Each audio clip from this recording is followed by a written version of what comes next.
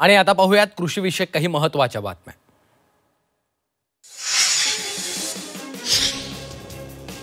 अकोला जिल्ह्यातील पातूरमध्ये सोयाबीन कापणीपूर्वी शेतकऱ्यांनी अनोखी शपथ घेतली।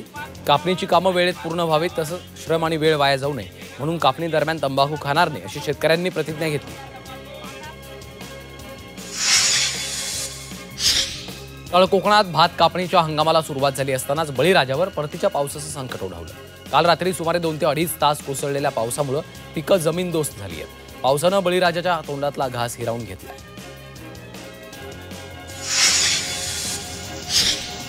नुकसानग्रस्त शेतकऱ्यांसाठी सरकारनं विशेष पॅकेज जाहीर केलंय। मात्र यामधून अमरावती जिल्ह्यातल्या 8 तालुक्यांना डावललं।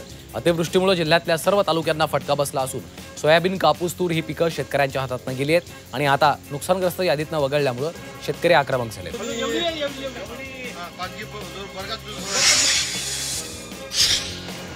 अतिवृष्टी आणि पुराचा सर्वाधिक तडाखा मराठवाडा विभागाला बसलाय। कृषी विभागाच्या प्राथमिक अहवालानुसार संभाजीनगर, जालना, बीड, लातूर, परभणी या जिल्ह्यात मोठं नुकसान झालं। मराठवाड्यात सुमारे 25 लाख हेक्टर क्षेत्र पुरामुळे बाधित झालेलं आहे। संभाजीनगर जिल्हा नुकसानीमध्ये दुसऱ्या क्रमांकावर आहे।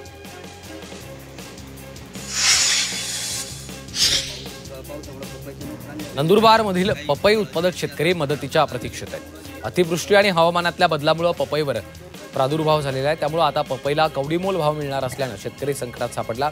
पपईचा राष्ट्रीय फळात समावेश करण्याची मागणी शेतकऱ्यांकडून केली जाते। गेल्या 5 महिन्यांपासून कांद्याला अल्पदर मिळतोय। सध्या बाजारात कांद्याला केवळ 150 ते 200 रुपये प्रति क्विंटल दर मिळत असून शेतकऱ्यांचा उत्पादन खर्चही निघत नाहीये। त्यामुळे शेतकऱ्यांनी थेट रस्त्यावर धाव घेत नाशिक संभाजीनगर महामार्ग रोखून धरला।